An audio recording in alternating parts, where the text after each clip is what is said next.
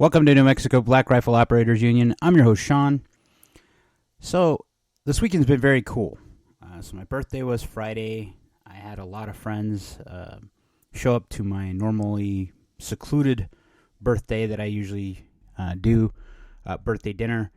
I usually try to keep it kind of low-key because, well, I've never been a big fan of birthdays in general for myself. But I promised someone a long time ago that I would at least go out to dinner on my birthday and have a beer and have a shot and have a good meal. Well, I did that, and it was pretty epic. I got a really cool custom-made knife that was made out of a railroad spike, I believe. It's pretty badass, so is the sheath. I digress, though. So what's happening in the 2A world? There's been a lot that's happened. Friday, a case dropped that we need to talk about that's kind of interesting because it has some repercussions in a lot of ways because they're actually, at the federal level, in the 1968 Gun Control Act, it prohibited young adults 18 to 20 from purchasing pistols. Well, this is stricken down at the federal level. So now all those states that have put those stupid rules into effect, like California, New York, Michigan, Illinois, where 20-year-olds and 19-year-olds and 18-year-olds couldn't own firearms or own pistols, specifically couldn't purchase them, this is now being struck down at the federal level. So that means those cases in the states are actually going to be a thing that kids, I keep saying kids because I'm 46 now, people can actually appeal the rulings and the laws that are in those states because they're against the law of the land now.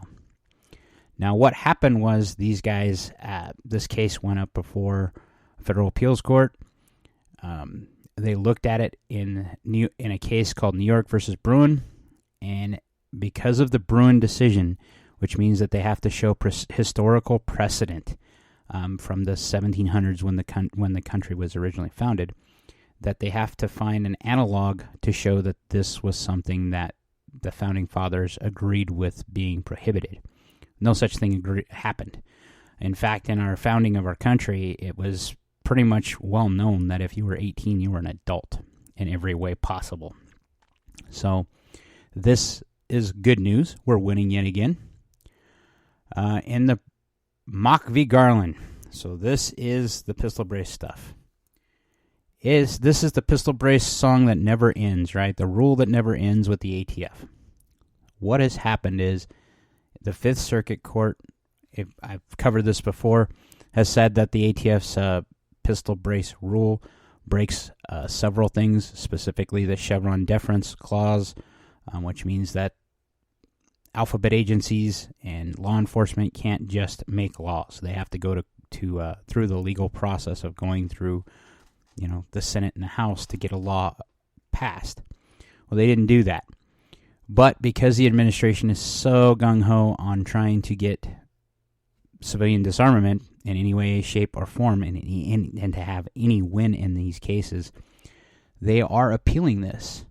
Now, what that means is that they're actually going to go appeal in the Fifth Circuit, which means they're more than likely going to lose.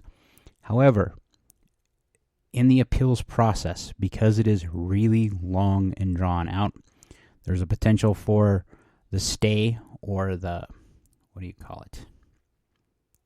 injunction. There we go. The injunction relief we got as a national organization.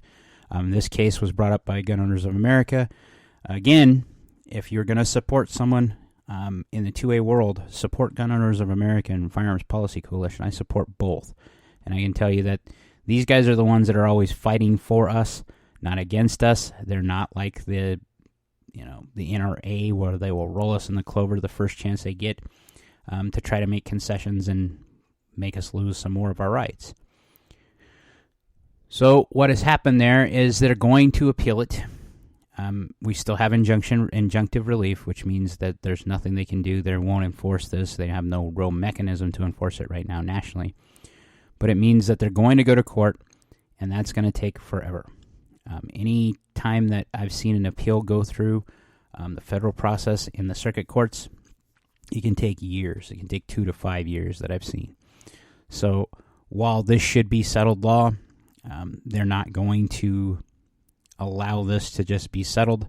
And I say, when I mean they, I mean the federal government, the ATF, this current administration. Now, what does that do for us? Well, in a positive light, if they do lose their appeal, they have a chance to take it to the Supreme Court, the law of the land. Now, this is where we actually could win big. If this goes to the Supreme Court, and like the actual Supreme Court, there's a very large possibility that it's ruled in our favor, and this definitely ends the 1968 gun law, specifically short-barreled rifles and short-barreled anything, because they're not going to be able to have an analog there, and they're with the Bruin decision. So that means they would have to do the Bruin test on the short-barreled rifles and pistols and shotguns that they're trying to ban by backdooring, saying that a pistol brace makes these into them. There is no historical analog, and it will fail the Bruin test because there's no time until 1968 that they even started looking at regulating firearms in any way, shape, or form. You can thank, of course, the NRA for that one, rolling us in the clover again. In tragic news in the 2A, something that, being a history buff like myself, I am a big history buff. There's some things that just are cool. Well, Remington Arms, which has had lots of legal woes, they've had a lot of financial woes, they're now leaving New York. So this was a company that was a manufacturing hub that was in Albany, New York, and they're leaving for Georgia. Why? After 207 years would they do this? Because of laws, taxes, and the anti-gun sentiment in New York. It's sad to see this. It's also kind of hilarious that, and I brought this, I think, on Wednesday, that Remington ammunition manufacturing, which was about to be acquired by Seller Belot out of Czechoslovakia, that has been kind of put in limbo for a little bit because Colt came out and said, hey, we want to buy it, and we'll buy it with this much more and this much more stock in addition to that. It's a pretty good deal for Remington Arms, the guys that make the ammunition. However, it's up in the air. So what does this mean? We're going to see prices of ammunition go up because if they're not able to manufacture ammunition, which Remington makes a lot of ammunition in the United States, and they have a lot of subsidiary manufacturing that does all that ammunition because they're two separate divisions. That's going to drive prices up.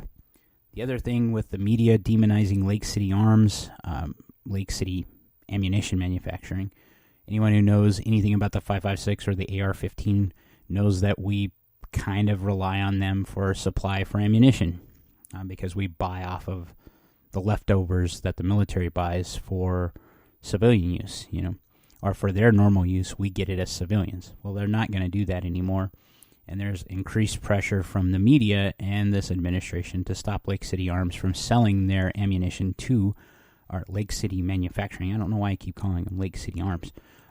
Lake City Ammunition Manufacturing from selling to us normal people, us civilians.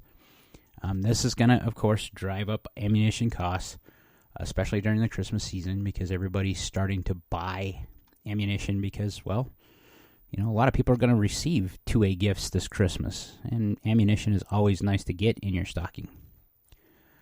So 2 other laws that are kind of coming into play right now that one I see is really weird. I don't see how it could pass, but there's just enough different thought here that it needs to be watched.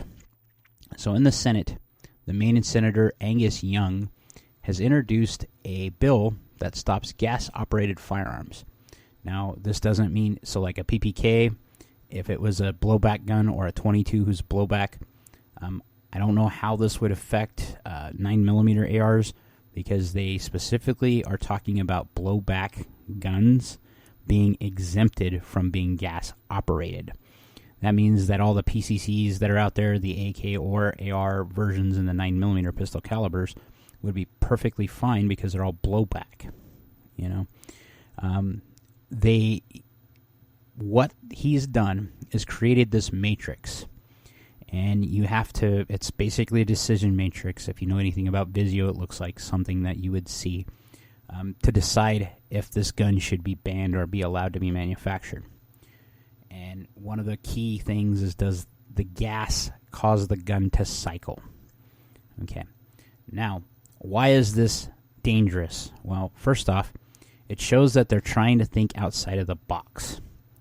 And in such a weird, foreign way that there is no law that says they can't do this. What I mean is, if you think about it in terms of the 2A, it should be, universally accepted that they mean arms, any arm. Okay? If they find a way to reclassify these firearms by name, to not be firearms but to be some sort of device, something else, then they might have legal precedence to ban them. Do I think this is going to fly? Absolutely not. What's really sad is our governor, Martin Heinrich, is also behind this, and he's a co-sponsor of this bill. And they're currently just trying to find what the buy-in is from both sides of the aisle to see if they should be able to proceed. Now, I don't think anybody, especially during this federal election season that's coming up, by the way, it is time for presidential elections to start. So January 1, expect the presidential election to get hot and heavy, where they're going to go even harder after Trump, and you're going to see people like Gavin Newsom come in because they know they're going to lose if they run Biden. Gavin Newsom, if you haven't paid attention, he has been under early debates with DeSantis, and DeSantis, for all the stuff I don't like about the way his campaign's being ran, it seems like his campaign is not a real campaign versus one that it should be. I mean, he has a lot of stuff he could stand on, but the guys running his campaign are kind of, Beavis and Butthead. They're not running it like it should be, and he looks like a joke compared to someone like Vivek or even Trump. Now, my key concern with Trump is his age. That's number one that I have a problem with. Number two, with 90 felonies and the way the federal government works, and these states and cities that are going after him, I could see him getting convicted. And if he gets convicted, there's a lot of law and order people that believe only in the law and order and don't know that the law could actually be wrong. These are the guys that would lead you to the cattle cars. And there's a lot of them on the right, believe it or not, that if it's not legal, they're going to stop right there, and they're going to go, no, he's broken the law, he can't do this. And they won't vote for him. And if there's enough of that happens, Trump's going to lose. So you have to look at who's electable. Now, when I watch the debates of, I call them the third-string Republican debates, I don't see anything that's super great. I don't see anything super standout-ish. The one that does stand out most to me, and I've said it before on this podcast, is Vivek Ramaswamy. I don't know that he could win because of his name, and I also don't know that he could win because he's not a Christian. Okay? And why that matters is historical precedent. If you look at the American presidents that have been elected up to this point, and this could all be wrong, I could be thinking the wrong way. They're all over 6 foot tall, usually. They're all Christian, conservative Christians of one denomination or another, and that seems to resonate with the American people. Now, there's been enough shift away from two secular ideals, I should say, where that could be something that comes into play. I'm just looking at historical bare bones precedent. I mean, I think Vivek probably would do better than any of these other candidates, but that's because his platform is more freedom-oriented, more so than anything else. I would be curious to see when the rubber meets the road, what happens as we get closer to the election season past primaries. Primaries will be coming up very soon. We'll have the New Hampshire primary first, and we'll see what happens there. With Gavin Newsom coming out and trying to put his hat in the ring in a roundabout way, I think what he's trying to do is there's another alternative to Biden. And Californians, for some reason, like this guy, despite that there's been a 45% increase in crime since he took over, despite there's been a bleed of Californian population and tax base going to other states, specifically Florida and Texas and everywhere else that borders that isn't as bad as California. We've all seen it. In New Mexico, we've seen the Californians come here, and they're the ones that kind of help screw up our state and make it more blue. Now, what's really funny in those debates that they're showing the parts of, is it shows DeSantis literally bringing up Newsom's father-in-law, that he moved to Florida to get away from the policies that Newsom has enacted in California. Now, anyone in the 2A knows that we want nothing to do with anything that comes out of California. Newsom is a bad idea and a bad plan. Okay. Now, something that I think is kind of interesting because it kind of resonates with me because of what's happened in New Mexico with laws is in Michigan, in Holton Township, there's a 2A, which was declared a 2A sanctuary, which makes me think about New Mexico because there were 86, I think, counties that were declared 2A sanctuaries, despite what our governor wanted or is trying to do and has done in New Mexico. And what's interesting about this is there's a group there that has made their own militia. Now, the idea here is that the left likes to say all the time that the only way you can own a firearm is if you're in a militia.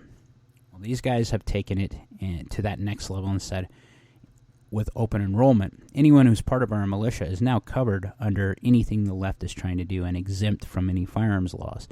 And what started this push was a red flag law push in Michigan. Now, Michigan, like Illinois, has had some really stupid laws enacted.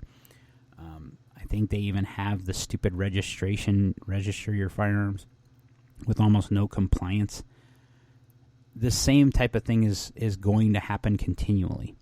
What makes me nervous about this is if people are willing to go to the lengths to start a militia and actually start training like a militia, that could be a pain point for later on. What I mean is it could start a conflict when and if, and that's a huge if, that the federal government ever becomes stupid enough to go door to door and try to get these firearms or go to one of these sanctuary states or cities and goes ahead and tries to enact these unjust, not legal gun laws, and these militias decide to act. That puts us in direct conflict with the federal government. And I don't think that any side will win from that. And what I mean by that, politically, the left will rally around this and say these guys are violent insurrectionists. From the right, you're going to see more and more people line up with the militias that are saying, hey, no. And what that does is just cause more friction. Is it time for that?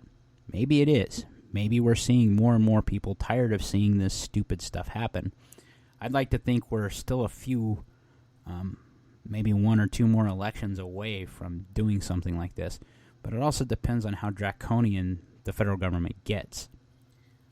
Something to be aware of, because I love you all and thank you for listening to New Mexico Black Rifle Operators Union, even though this is a hobby cast more than anything else. One day, hopefully, I hope this to be large enough and have a bigger base.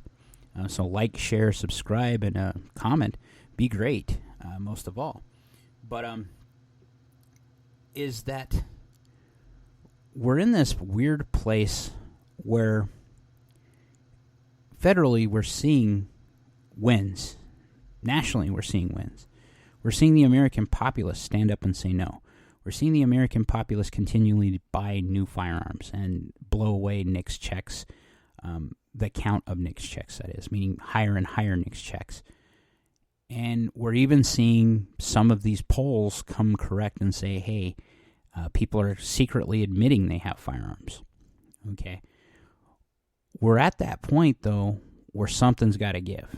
I talked about this before about where's the line, what are you going to do? I think we've reached it.